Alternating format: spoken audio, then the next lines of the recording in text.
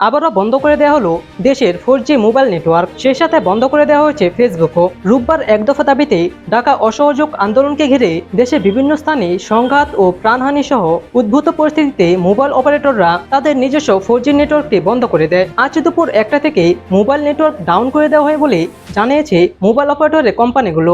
আবারও দেশে 4G network বন্ধ হলো। এক দফা দাবিতে ঢাকা অসহযোগ আন্দোলন ঘিরে দেশের বিভিন্ন স্থানে সংঘর্ষ এবং প্রাণহানি সহ উদ্ভূত পরিস্থিতিতে মোবাইল অপারেটররা 4G সেবা বন্ধ করে দিয়েছে। দুপুর 1টা থেকে মোবাইল নেটওয়ার্ক ডাউন করে দেওয়া হয় বলে মোবাইল অপারেটর কোম্পানিগুলো নিশ্চিত করেছে। তারা জানান, 4G সেবা বন্ধ থাকায় মোবাইল ইন্টারনেটে ফেসবুক, হোয়াটসঅ্যাপ সহ সামাজিক মাধ্যমগুলো ব্যবহার করা যাবে না।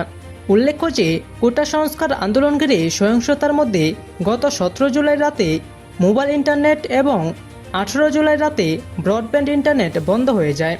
5 দিন পর 23শে জুলাই রাতে পরীক্ষামূলকভাবে ব্রডব্যান্ড ইন্টারনেট সেবা চালু করা হয়। অগ্রাধিকার ভিত্তিতে কূটনৈতিক পাড়া, ব্যাংক ও আর্থিক প্রতিষ্ঠান, বিদ্যুৎ, ফ্রিল্যান্সিং ও প্রযুক্তি এবং রপ্তানিমুখী খাতে অগ্রাধিকার ভিত্তিতে সেবা চালু করা হয়েছিল। পরে 28শে জুলাই বিকালে সারা দেশে চালু হয় মোবাইল ইন্টারনেট সেবা। 4ই আগস্ট আবারও বন্ধ করে দেওয়া হয় মোবাইল নেটওয়ার্ক। সেটি কবে নাগাদ চালু হতে পারে সে বিষয়ে এখনও কোনো কিছু জানা যায়নি।